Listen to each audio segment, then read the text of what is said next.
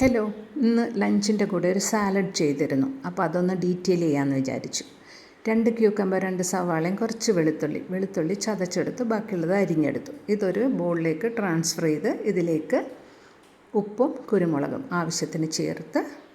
ക്യൂക്കമ്പറിൽ നിറയെ water content ഫൈബറുമാണ്. അപ്പോൾ നമ്മുടെ ഡൈജഷൻ പ്രോബ്ലംസിന് നല്ലതാണ്. ഒപ്പം വെളുത്തുള്ളിയും ഡൈജഷൻ പ്രോബ്ലംസിന് നല്ലതാണ്. ഇനി ഇതൊന്ന് പയ്യെ യോജിപ്പിച്ചതിന് ശേഷം അതിലേക്ക് ആവശ്യത്തിന് ചില്ലി ഫ്ലേക്സ് അതും കുറച്ച് ചേർത്ത് 1 ടേബിൾ സ്പൂൺ സെസമി സീഡ്സ്, കുറച്ച് സോയ സോസ്, പിന്നെ ചേർത്തത് തേനാണ്. അതുകൂടാതെ നമ്മുടെ തുളസി ഇല ഉണക്കിപ്പൊടിച്ചത്, ബേസിൽ ലീവ്സ്, അതും ചേർത്ത്. ഇനി ഇതിലേക്ക് വേണ്ടത് കുറച്ച് നല്ലെണ്ണയാണ്. ഇതെല്ലാം കൂടെ ചേർത്തിട്ട് നല്ലതുപോലെ ഒന്ന് യോജിപ്പിക്കുക.